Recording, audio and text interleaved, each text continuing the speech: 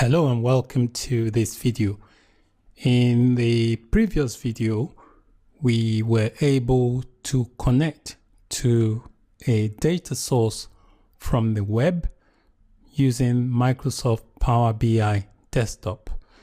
What I want to do in this video is to focus on cleaning that data, transforming it using the Power Query editor.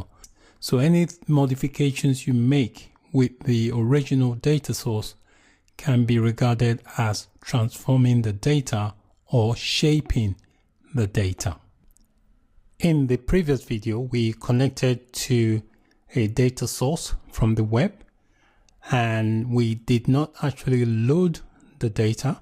What we did was we clicked on the edit button in order to try and make some changes to that data.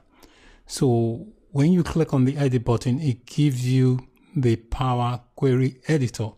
So what we can see here is the Power Query editor. The Power Query editor inside the Power BI Desktop makes use of the shortcut menus. So it has a lot of shortcut menus that it uses to interact with data. So the shortcut menus could include the right click. So if you right click, you could see, look at some menu here, and you can also have some sub menus. So it gives you more menus and also context related menus. In addition to having these, it also has the ribbon area here. You can see this is the ribbon area. Most of what you can select on the transform tab on the ribbon, this is the transform tab here. So most of what you can select from that tab is also available by right clicking on an item. When you shape data in Power Query Editor, what you're doing is providing a step-by-step instructions to the Power Query editor so that it can carry out those instructions to adjust the data as it loads and presents that data. When you adjust data from a data source, the original data source is not affected. Only this particular view you can see on the screen of the data is adjusted or shaped. The steps that you specify to adjust the data, for example, if you want to rename a table, transform a data type, or delete columns, any step you specify is recorded by the Power Query editor. Once it does that, those steps are then carried out each time the query connects to that data source so that the data is always shaped the way you have specified.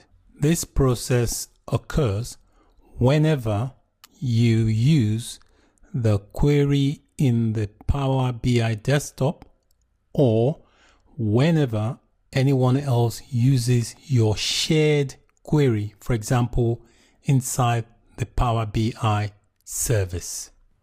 The steps specified are captured in a sequential manner under the applied steps in the Power Query settings pane. You can see here on the right, this is the query settings pane. So any steps that you have specified will be captured in this pane.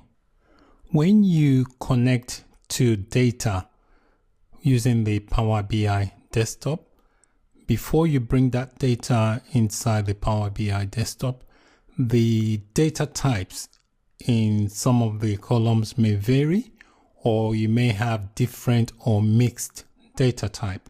So as part of the transformation, you can manually change the data types.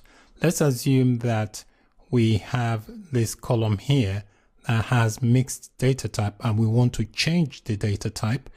before we actually load that data into Power BI Desktop. So what you can do, you can manually right click here, and inside that menu here you can do change, and where it says change type you can specify whatever data type you want to convert it to. However, you don't necessarily have to do that because the Power Query editor is quite clever.